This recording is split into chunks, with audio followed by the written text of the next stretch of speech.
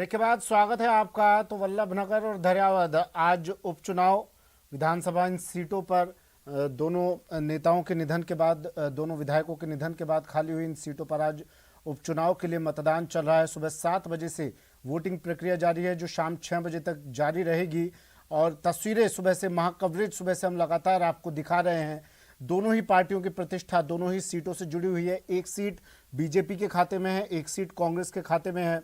वल्लभनगर में कांग्रेस जहां सीट बचाना चाहेगी, तो धरियावद में बीजेपी पुरजोर कोशिश कर रही है उस सीट को सुरक्षित रखने के लिए। अब हमारे साथ हमारे मेहमान भी जुड़ गए हैं। जानेंगे क्या कुछ कहते हैं राजनीतिक समीकरण, जानने की कोशिश करेंगे क्या कुछ दावे हैं दोनों ही पार्टियों के, और जानेंगे कि क्या विधानसभा चुनाव से पहले सेमीफाइनल के तौर पर इस चुनाव को देखा जा सकता है। राजेंद्र मेघवाल जी कांग्रेस नेता हमारे साथ जुड़ गए हैं। स्वागत है राजेंद्र मेघवाल जी आपका न्यूज 18 राजस्थान पर। सुरेश गर्ग जी बीजेपी से हमारे साथ जुड़े हैं। सुरेश जी स्वागत है आपका भी। और मिथिलेश जैमिनी जी वरिष्ठ पत्रकार हैं। मिथिलेश जी स्वागत है सर आपका भी। सबसे पहले मिथिलेश सर मैं आपके पास ही आ रहा हूँ। आज वोटिंग शुरू हो गई है, 7 बजे से मतदान प्रक्रिया जारी है। दोनों ही पार्टियां अपनी अपनी जीत के दावे कर रही हैं। क्या कुछ दोनों ही सीटों पर राजनीतिक समीकरण कहते हैं सर, और किस तरह से लिया जाए इसे, इस चुनाव को क्या सेमीफाइनल के तौर पर देखा जा सकता है इसे? देखिए सुमित जी, जो ये इलेक्शन है उसको सेमीफाइनल के रूप में देखा जा सकता है, क्योंकि आज इस चुनाव के बाद में 2 साल का कार्यकाल बचा है सरकार का, वर्तमान सरकार का। और 2 साल पहले जनता का मूड लगभग भांपने के लिए एक ये साइकोलॉजिकल टेस्ट है।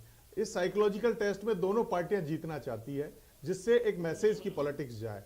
कल कांग्रेस ने दोनों जिलों में जो पंचायत के चुनाव हुए उनमें जीत अर्जित करके कुछ विनिंग सिचुएशन में पहुंच गई है, लेकिन ये चुनाव और उन चुनाव में दोनों में डिफरेंस है। क्योंकि वो चुनाव एक पर्टिकुलर मैन की इमेज पे लड़ा जाता है, पर्टिकुलर कैंडिडेट की इमेज पे लड़ा जाता है, ये पार्टी की इमेज पे लड़ा जाता है। अब अगर हम वल्लभनगर को समझे, वल्लभनगर सबसे ज्यादा टफ सीट है और वल्लभनगर बहुत ही इंपॉर्टेंट है कांग्रेस के लिए, क्योंकि सचिन पायलट और अशोक गहलोत जी दोनों ये चाहते हैं कि ये सीट जीते, क्योंकि बंटी बना सचिन पायलट के बहुत दिल के करीब थे।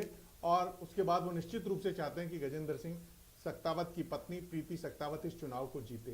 तो अशोक गहलोत जी भी ये चाहते हैं कि चुनाव जीते। लेकिन जो इंपॉर्टेंट चीज है कि वल्लभनगर में पहली बार भाजपा ने जो दाव खेला है एक नए आदमी को लाके, उसके बाद उदयलाल डांगी जो आरएलपी के हैं, वहां हनुमान बेनीवाल जो आरएलपी सुप्रीमो है, पिछले कई दिनों से वहां रह रहे हैं, और प्रताप सिंह खाचरियावास जो कांग्रेस के प्रभारी है, उनके और हनुमान बेनीवाल के समर्थकों के बीच में एक गांव में नारेबाजी का भी रोल आया। और जो लास्ट में हेलीकॉप्टर से सभा हुई, उसके बाद ये जो चुनाव है पूरी तरह चतुष्कोणीय बन गया है। उदयलाल डांगी, राजा साहब के नाम से विख्यात भिंडर साहब, और प्रीति सख्तावत और भाजपा के हिम्मत सिंह झाला के बीच में सीधी फाइट है।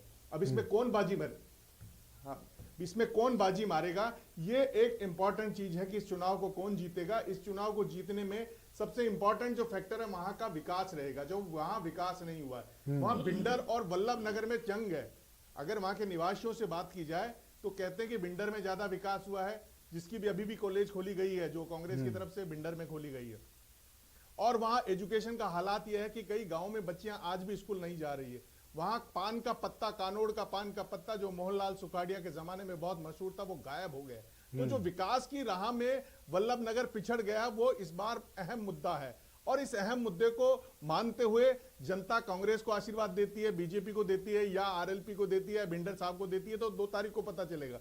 लेकिन यह तय है कि यह चुनाव आने वाली जो सियासी अदावत चल रही है, जो नेता प्रतिपक्ष गुलाबचंद कटारिया और भिंडर साहब के बीच सियासी अदावत है, और उसके बाद उदयलाल डांगी का टिकट कटना, और उसके बाद प्रताप नेता प्रतिपक्ष का ये कहना कि क्या मैं फांसी खा जाऊं क्या, ये जो तमाम बयान है, ये कई चीजें मायने तय करेगी। इसमें सीपी जोशी जो चित्तौड़गढ़ के सांसद हैं, उनकी प्रतिष्ठा दांव पे लगी हुई है। कहा जाता है कि हिम्मत सिंह झाला और सीपी जोशी बहुत क्लोज हैं, उसी चक्कर में टिकट दिया गया है।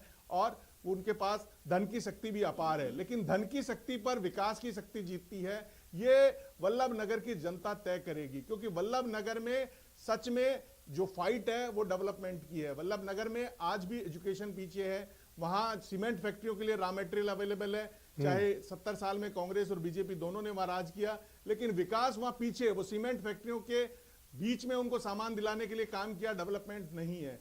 यही कारण है कि इस बार पहली बार वहां की चुनावी बयार बदली बदली नजर आ रही है।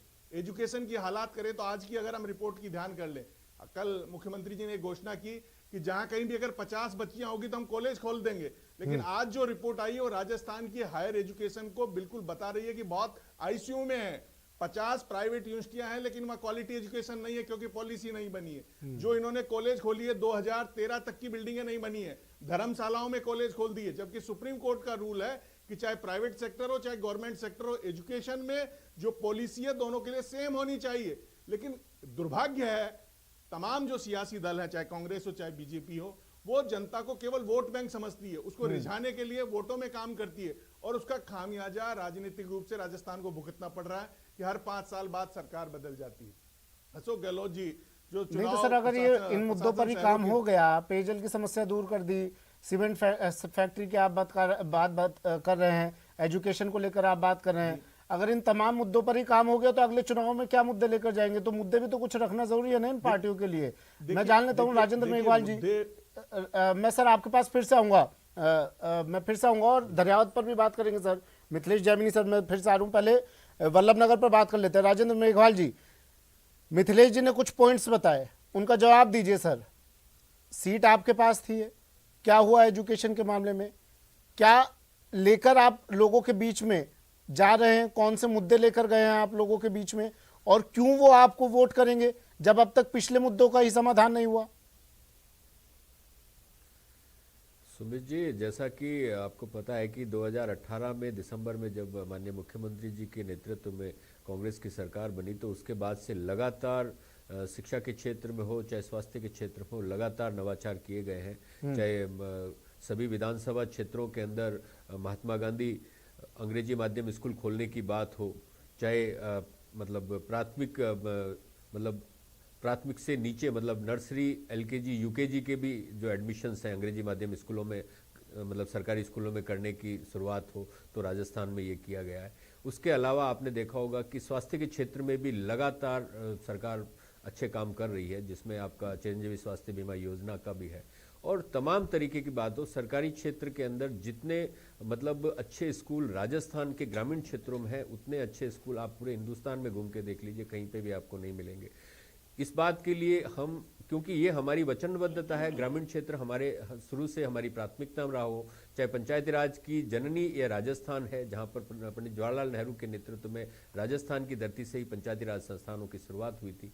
तो गाँव को हमने विकास का सबसे प्राथमिक इकाई के रूप में चुना, और ग्राम सभा से लेकर लोकसभा तक। आपको लगता है सर वल्लभ नगर में कुछ कमियां रह गई, या आपने जो वादे किए थे उन वादों पर आप खरा उतरे हैं? मतलब आप किस तरह देखते हैं? देखिए, वल्लभ नगर के अंदर आदरणीय सक्तावत साहब, जो कि गुलाब सिंह जी सक्तावत हमारे गृह मंत्री रहे, राजस्थान के कद्दावर नेता रहे, मेवाड़ के बहुत बड़े नेता रहे, उनके पास में ये सीट लगातार रही। उसके बाद में बंटी बना गजन सिंह सक्तावत जी ने प्रतिनिधित्व किया। उसके बाद में अब उनकी पत्नी, जो कि पूरी तरीके से समर्पित है, और जिस तरीके से महिला शक्ति को जिस तरीके से जागृत किया है हमारे बड़ी नेता और यूपी की प्रभारी बहन प्रियंका गांधी जी ने जिस तरीके का आह्वान किया महिला शक्ति को, उस महिला शक्ति का प्रभाव है। आपने आज जो रिपोर्ट दिखाई, प्रियंका जी ने जो रिपोर्ट दिखाई, उसमें बताया कि कैसे मतलब महिलाओं के लिए महिला प्रबंधित पूरा का पूरा बूथ है, सेल्फी पॉइंट बनाए गए हैं, तमाम तरीके के। महिला शक्ति बहुत बढ़ चढ़कर जिस तरीके से भाग ले रही है।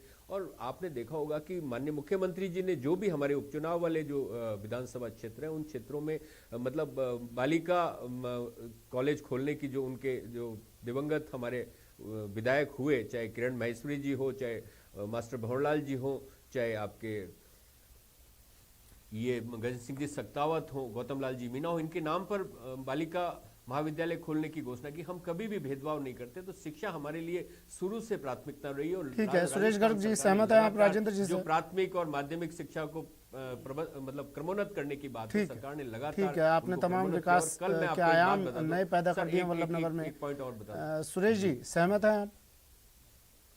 नहीं सर, आज कानून व्यवस्था जो राजस्थान के अंदर इतनी भयावह हो चुकी है कि राजस्थान नंबर 1 के अंदर है कानून, बिगड़ती कानून व्यवस्था में। आज जो राजस्थान का जो विकास हमारे वसुंधरा जी के टाइम पे था, वो विकास बिल्कुल अवरुद्ध हो चुका है। पानी की समस्या, बिजली की समस्या, आज की तारीख के अंदर बिजली की इतनी भयंकर समस्या, आए दिन बिजली की कटौती होती रहती है। पानी जो एक मूलभूत आवश्यकता है, वो पानी की समस्या जो की त्यों बनी हुई है। केंद्र सरकार पैसा भेजती है, राज्य सरकार उसको यूज में नहीं लेती है। तो आज कानून व्यवस्था, पानी की समस्या, बिजली की समस्या, इन मुद्दों को लेकर के भारतीय जनता पार्टी बल्लभनगर और दरियाबाद में गई है और हम अच्छे बहुमत से वहां पर जीत के आएंगे, क्योंकि जनता 3 साल का जो शासन है आज अशोक गहलोत जी का, उससे त्रस्त आ चुकी है। आज स्थिति है कि कहीं पर भी विकास नहीं हो रहा है, केवल आपसी झगड़े हो रहे हैं। झगड़े की वजह से विकास अवरुद्ध हो रहा है। मुख्यमंत्री जी बोलते क्या है, उनके पायलट जो सचिन पायलट जी, वो दूसरी चीजें बोलते हैं, तो उससे विकास अवरुद्ध हो रहा है। बाड़ेबंदी की सरकार है, तो विकास का अवरुद्ध होने की वजह से जनता इन लोगों से परेशान हो चुकी है और भारतीय जनता पार्टी के पक्ष के अंदर वोट देके और दोनों सीटों को विजय बनाएगी। लेकिन कांग्रेस तो कह रही है, देखिए विधानसभा चुनाव में कांग्रेस ने आप लोगों को परास्त कर दिया, शिकस्त दे दी आप लोगों को, अच्छी खासी मेजोरिटी में आई कांग्रेस। और अब फिर पंचायत चुनाव हुए, पंचायत चुनाव में भी कांग्रेस ने दिखा दिया अपना जलवा, पंचायत चुनाव में भी अच्छी जीत हासिल की। तो कांग्रेस तो आश्वस्त है कि इन उपचुनाव में दोनों सीटें ले जाएगी। जब पंचायत और जिला प्रमुख के चुनाव हुए थे, सबसे ज्यादा जिला प्रमुख भारतीय जनता पार्टी के बने थे। तो आप ये नहीं कह सकते कि कांग्रेस को बने थे। जब फर्स्ट इलेक्शन हुए थे, उसके अंदर पंचायत और जिला प्रमुख के चुनाव के अंदर भारतीय जनता पार्टी सबसे ज्यादा वोटों से जीत के आई है और सबसे ज्यादा जिला प्रमुख बने हैं। और आज 3 साल का कार्यकाल देखिए ना, कहां पे विकास हो रहा है। आज किसी भी जगह पे देखिए पानी की समस्या जो की त्यों बनी हुई है। एजुकेशन में आज ही मैं अखबार पढ़ के आया हूं कि साहब 2013 के बाद से जो कॉलेज बनाए गए हैं, उनकी बिल्डिंगें अभी तक नहीं बनी है। वो एक एक कमरों के अंदर कॉलेज चल रहे हैं या धर्मशालाओं में कॉलेज चल रहे हैं। तो कहां से विकास आ रहा है? आज जनता सब देख रही है, जनता को सब दिख रहा है और जनता उसी को देखते हुए, बिगड़ती कानून की व्यवस्था को देखते हुए जनता भारतीय जनता पार्टी की तरफ झुकाव है और भारतीय जनता पार्टी को वोट देगी। नहीं, विकास के आयाम तो देखिए, चाहे कांग्रेस की बात करें चाहे बीजेपी की, हर 5 साल में जनता बता देती है, मौका दे देती है दूसरी पार्टी को। अगर सुमित जी, जब वसुंधरा जी की सरकार थी, तब राजस्थान के अंदर विकास तीव्र गति से बना हुआ था। डबल इंजन की सरकार होती है तो नकार दिया ना उसके बाद भी, कांग्रेस आई ना दोबारा, जो है तीव्र गति से बढ़ती है। आज केंद्र सरकार कोई भी पैसा भेजती है, उसको यहाँ पे डेवलपमेंट में पैसा नहीं रखता। 14,000 करोड़ रुपए केंद्र सरकार ने पानी की व्यवस्था के लिए भेजा था, लेकिन 650 करोड़ रुपए राजस्थान के अंदर खर्च हुए। बाकी का पैसा, कोई भी पैसा उसको यूज में नहीं हुआ। तो कहां से, मतलब जब आप जो केंद्र सरकार पैसा भेजती है उसको उपयोग में नहीं लोगे तो विकास कहां से होगा? आज वैक्सीनेशन के अंदर, कुछ समय पहले वैक्सीनेशन में राजस्थान दूसरे स्थान पे हुआ करता था, आज वैक्सीनेशन पे 8वें 9वें स्थान पे चला गया। क्यों उदासीनता हो गई कि आज 9,000 10,000 वैक्सीन ही लगने लग गई, जबकि वैक्सीनेशन का पूरा पर्याप्त मात्रा के अंदर वैक्सीनेशन उपलब्ध होने के बावजूद भी आज 10,000 या 15,000 वैक्सीन पर ठीक है, वैक्सीनेशन पर भी बात करेंगे। अभी तो वल्लभनगर पर फोकस कर लेते हैं। राजेंद्र मेघवाल जी, सुरेश जी कह रहे थे कि पानी की समस्या जो मूलभूत जरूरत होती है, और वल्लभनगर में तो आप ही के लोग थे, आप ही की सीट थी, आपके कब्जे में थी सीट, फिर भी वो 20 साल से लड़ाई चल रही है अब तक पानी के मुद्दे को लेकर। सक्तावत जी थे वहां पे, वल्लभनगर में तो सक्तावत जी थे भाई। कहाँ, आप बताइए ना, आज वहां की क्या व्यवस्था है? नहीं तो पानी की है, बिजली है, आए दिन बिजली की कटौती होती रहती है। आज बिजली के अंदर जो किसी राजेंद्र मेघवाल जी, 1,000 रुपए सवाल मेरा सर राजेंद्र मेघवाल जी से 10,000 रुपए का बिल आ गया है, 2.5 रुपए पर यूनिट की बिजली परचेज करके 13 रुपए 14 रुपए पहले। सुनिए ना सुरेश जी, सवाल मेरा राजेंद्र जी से था, उसी के बदले में आज जनता भारतीय जनता पार्टी को वोट। सुरेश जी, आप तक आवाज नहीं पहुंच रही है क्या मेरी? ठीक है, राजेंद्र जी। सुमित जी, मैं सुरेश गर्ग जी से कुछ पूछना चाहता हूं। जी सर। कि ये कह रहे हैं वसुंधरा जी की सरकार में बहुत डेवलपमेंट हुआ। वसुंधरा जी स्टार प्रचारकों की सूची में शामिल थी, क्यों नहीं गई वो गौतम लाल मीणा जी के यहाँ प्रचार करने, जो उनके बहुत नजदीकी थे? क्यों नहीं गई वो बल्लभनगर प्रचार करने? पहले भी 3 उपचुनाव हुए, तीनों में नहीं गई, और तीनों जगह में से राजसमंद को छोड़ दो, दोनों जगह आपने हार मात खाई। तो तमाम उपचुनाव हारे आपने, चाहे मंडावा का उपचुनाव हो, हारा, खिंवसर में आरएलपी जीती। तो आपने उपचुनाव में जो अब तक आपका प्रदर्शन रहा, बहुत पोचा रहा है, इस बात की सच को स्वीकार करना पड़ेगा। दूसरा एक इंपॉर्टेंट चीज, अभी आप जिला परिषदों की बात कर रहे थे, जो जिला परिषद में 21 में से 14 में जीते थे, कोरोना के पहले की घटना है। लेकिन कोरोना मैनेजमेंट के बाद में जितने भी चुनाव हुए पंचायत के और नगर पालिकाओं के, जो शहरों में आप हारे, गाँव में आप हारे, तो कहीं न कहीं आपको आत्ममंथन करने की जरूरत है। हम बातें तो बड़ी बड़ी कर सकते हैं, लेकिन ये जनता है, ये पब्लिक है, ये सब जानती है। ये राजनीतिक सियासी अदावत जो भाजपा के अंदर चल रही है, उस सियासी अदावत का कहीं नुकसान तो नहीं हो रहा है। जो सियासी अदावत की जो प्रॉब्लम है, उस अदावत की प्रॉब्लम को दूर करना एक इंपॉर्टेंट फैक्टर हो गया है, क्योंकि भाजपा के अंदर सियासी अदावत अभी धौलपुर में देखने को मिली कि मनोज राजौरिया ने सतीश पूनिया जी के पोस्टर हटाने के लिए पुलिस में शिकायत कर दी और पोस्टर हटवाए। तो ये जो सब कुछ चल रहा है शक्ति प्रदर्शन, वो भाजपा को नुकसान पहुंचा रहा है। और 2 साल बाद चुनाव है, अभी तक तय नहीं है भाजपा वसुंधरा खेमे का कौन है, सतीश पूनिया जी के खेमे का कौन है, गुलाब सिंह कटारे जी के खेमे का कौन है, राजेंद्र राठौड़ जी के ग्रुप का कौन है, सांसद नहीं, दिया कुमारी जी ये के सवाल ग्रुप तो का सर कौन है, अगर कांग्रेस से ओम बिरला पूछे जी के तो ग्रुप का वहां कौन पर है? भी सवाल बनता है, और दोनों से मैं इस सवाल का जवाब चाहूंगा। बीजेपी में वसुंधरा जी नहीं दिखाई दी तो कांग्रेस में सचिन पायलट भी दिखाई नहीं दिए। सुरेश जी पहले आप सचिन बता पायलट दीजिए। नामांकन के दिन गए थे, हाँ सचिन पायलट नामांकन के दिन गए थे। हाँ, उसके बाद नजर नहीं आया ना सर। नामांकन के बाद भी तो मुख्यमंत्री अशोक गहलोत लगातार सभाएं कर रहे थे, रैलियां कर रहे थे, सचिन पायलट नजर नहीं आए। नामांकन के दिन तक ही सीमित रहे सचिन पायलट। पहले मैं सुरेश गर्ग जी से जवाब लेता हूँ, मिथिलेश जी के सवाल का जवाब दे दीजिए सर। सुमित जी देखिए, वसुंधरा जी स्टार प्रचारक है और आगे भी रहेगी। उनकी पारिवारिक परिस्थितियां, आज पुत्र वधू की तबीयत बहुत ज्यादा खराब है, तो पारिवारिक परिस्थिति इस तरह की है कि वो प्रचार करने के लिए नहीं जा पाई।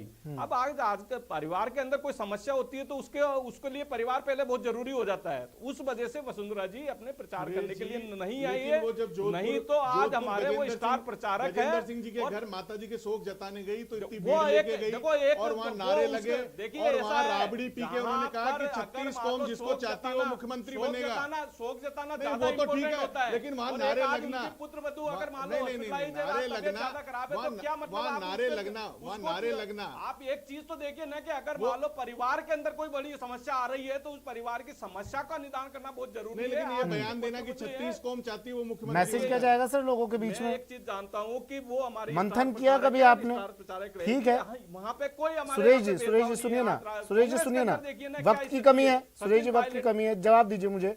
मैसेज क्या जाएगा लोगों के बीच में? क्या लोग समझेंगे इस बात को? समझते हैं लोग? बार बार ये कह देना कि उनके परिवार की जनता को, समस्या है जनता को इसलिए मैडम पता नहीं आ है, रही। वसुंधरा जी ने समझते खुद हैं ना भी सब कहा लोग है थोड़ा कि बहुत तो। मेरी पारिवारिक समस्या है, मेरी पुत्र वधू की तबीयत ज्यादा खराब है, इस वजह से मैं जनता के बीच में नहीं आ रही। ये ठीक है, जनता को चलिए। पता है। ठीक है, चलिए। लेकिन कांग्रेस राजेंद्र के मेघवाल अंदर जी, स्थिति सचिन क्या पायलट जी के साथ क्या कांग्रेस के समस्या अंदर है? तो ऐसी स्थिति नहीं है ना, सचिन पायलट जी कहाँ जा रहे हैं और आपके हाँ, मैं राजेंद्र जी से ले रहा हूँ ना, सर, इसका सुमित जवाब। जी, विरोधाभास महीनों तक बातचीत नहीं होती है। सुमित आप जी, विरोधाभास ये जो देखिए ना बात आप। चल रही है, मैं ये कहना चाहता हूँ, वसुंधरा जी लगातार राजस्थान की अनदेखी कर रही है, चाहे विधानसभा सत्र की बात हो, चाहे इनके चुनाव प्रचार की बात हो। उन्होंने बिल्कुल वो पूरी तरीके से उनके साथ में नहीं है। उनका जो विरोध है वो इनको समझ में आता है या नहीं आता मुझे नहीं पता, लेकिन ये जो भी है भाजपा के अंदर 5-7 नेता हैं जो मुख्यमंत्री इन वेटिंग का टैग लगा के घूम रहे हैं, चाहे 2-3 केंद्रीय मंत्री हैं, चाहे 3-4 नेता यहाँ के हैं। और जो आपने देखा होगा बल्लभ नगर की बात मैं बता दूं कि यहाँ के इनके नेता प्रतिपक्ष है जिन्होंने क्या क्या बयान देते हैं और कैसे कैसी भाषा का इस्तेमाल करते हैं। जब उनसे कहा गया कि उदयलाल डांगी को टिकट क्यों नहीं दिया गया तो उन्होंने कहा कि मैं फांसी खा लूं क्या। तो आप इस चीज को देखिए, यहाँ पर इनके अंदर आपस में कितना विरोधाभास है, आपस में एक दूसरे की टांग खिंचाई करने में लगे हुए हैं। हमारी सरकार ने लगातार अच्छे काम किए, माननीय मुख्यमंत्री जी के नेतृत्व में, चाहे सचिन पायलट जी ने वहां जाकर नामांकन दाखिल करने की बात हो, चाहे अभी बाद में पूरी की पूरी मतलब प्रभारी मंत्री लगातार अपने समर्थकों के साथ, कांग्रेस के नेताओं के साथ लगातार करीबी माने जाते थे ना सर, वो वहां भी नहीं गए। सब कांग्रेस के लोग सबके एक दूसरे के करीबी हैं। जनता हमारा परिवार होती है, हम अपने परिवार को परिवार नहीं मानते, सचिन पायलट जनता नजर को क्यों या नहीं है? प्रदेश को या देश को अपना ठीक है, परिवार सचिन मानते हैं। पायलट नजर निश्चित क्यों रूप नहीं से सचिन पायलट साहब को राष्ट्रीय स्तर पर दूसरे प्रदेश के अंदर मतलब चुनाव प्रचार की जिम्मेदारी दी गई थी। उस राष्ट्रीय स्तर जिम्मेदारी पे तो के वसुंधरा मद्देनजर राजे भी है ना उन्होंने सर, अपनी जिम्मेदारी का निर्वहन उपाध्यक्ष किया। हैं, भाई आप जानकारी एक में बात होगा बताइए, आपकी। शीर्ष नेतृत्व जिसको जो जिम्मेदारी देता है, नहीं, हम उसको अगर दूसरे पर वो उंगली उठाते जिम्मेदारी हैं निर्वहन- तो 4 उंगली अपनी तरफ रहती है नहीं, ना हम नहीं सर। उठा रहे राष्ट्रीय ना। स्तर पर वसुंधरा राजे आप भी एक है, बात लेकिन बता आप दीजिए, बीजेपी से वसुंधरा सवाल जी, पूछेंगे, वसुंधरा जी, आपके पास जवाब सुनिए, नहीं होगा। सुमित जी, वसुंधरा जी सुनिए, वसुंधरा जी दूसरे प्रदेशों में कई जिम्मेदारी में से साथ में प्रचार करती हुई नजर आई हो तो बता दीजिए, हम मान लेंगे कि भाई वो दूसरी जगह व्यस्त थी। आप देखिए ना, इस चीज को आपको फर्क को समझना पड़ेगा। और फिर मैं बता दूं, इन्होंने मतलब पेयजल की बात की, तो पेयजल के अंदर राजस्थान सरकार ने लगातार अच्छे काम किए हैं। चाहे जल जीवन मिशन के अंदर राजस्थान सरकार, राजस्थान के मतलब सांसद हैं जो कि केंद्र में मंत्री है, जल शक्ति मंत्री हैं, उनको राजस्थान सरकार ने, माननीय मुख्यमंत्री जी ने 25 सांसदों को कहा भाजपा के कि हमें राजस्थान की भौगोलिक स्थिति, मरुस्थलीय प्रदेश देखते हुए इस अनुपात को 90-10 किया जाए। सर वल्लभ नगर की बात कर लेता हूं मैं आपसे, देखिए नहीं, वल्लभ नगर सुनिए की ना बात सर, कर रहा हूं मैं, ग्रामीण क्षेत्र के मैं अंदर वल्लभ जो नगर की पेयजल बात कर समस्या लेता है, हूँ। चुनाव यहाँ पर चल रहा है, आज वोटिंग यहाँ नहीं, चल रही वल्लभ है, नगर पे ही आ रहा हूं अब ना, तक पेयजल मूलभूत की सुविधाओं बात के है लिए तरस रहे हैं लोग, बताइए आप। मूलभूत सुविधाओं की सड़कें, मैं पानी, बात बताऊं, शिक्षा, कब तक इन स्वास्थ्य, सुविधाओं के लिए तरसते सड़क, रहेंगे हम इसके लोग? अंदर पूरे सभी विधानसभा मूलभूत, आप एक पॉइंट बताइए, मैं आपको उसका जवाब देता हूं। हर जगह पे, हर मतलब विधानसभा क्षेत्र के अंदर स्कूल है, कॉलेज है, गांव के हर पंचायत, ग्राम पंचायत के अंदर मतलब अच्छे स्कूल खुले गए, आदर्श स्कूल खुले हैं। अच्छा, तमाम जल्दी से। तरीके के आपने देखा होगा ठीक कि है। ये 30 सारा सेकंड में बताइए, मतलब विकास हुआ है। सुरेश गर्ग जी पहले आपके पास में आ रहा हूं, 30 सेकंड जो आप दीजिएगा, परिणाम किस तरफ?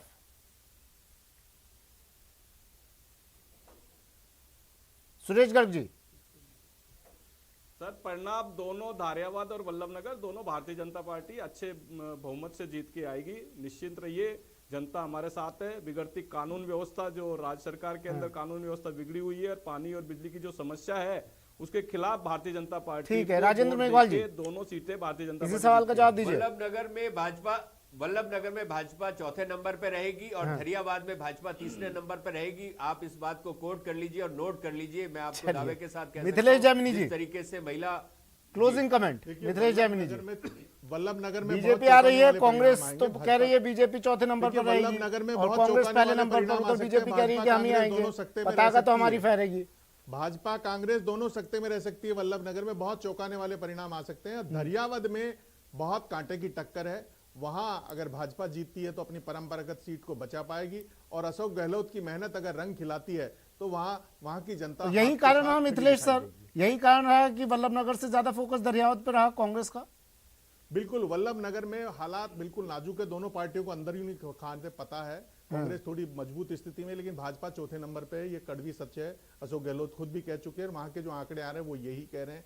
वहां टक्कर आरएलपी के उदयलाल डांगी जो भाजपा से बागी होकर लड़े हैं, वहां ओबीसी बनाम अदर कास्ट हो गए। किसी जमाने में गुलाब सिंह सक्तावत जी के जो मंत्री थे, एक वहां रावत समाज के युवक मर्डर हुआ था, वो दब गया। वो कांड वहां पर हवा पकड़ चुका है। एक आमेटा, वहां ब्राह्मण समाज के 40,000 वोट है, मेनेरिया और आमेटा गोत्र के, वहां एक ब्राह्मण युवक की हत्या का मामला इस चुनाव में वापस उछल गया है। तो ये जो तमाम स्थितियां हैं, उसके बाद वल्लभनगर ठीक है, जीत के दावे दोनों पार्टियां कर रही है, लेकिन जनता आज मत पेटी में, ईवीएम में अपना जो उनका फैसला है वो सुना रही है, और सुबह 7 बजे से वोटिंग प्रक्रिया चल रही है। अब दावे चाहे जो जितने करें, 2 तारीख को इन दावों की हकीकत सामने आएगी। फिलहाल शुक्रिया आप तीनों का हमारे साथ जुड़ने के लिए। दीजिए इजाजत, नमस्कार।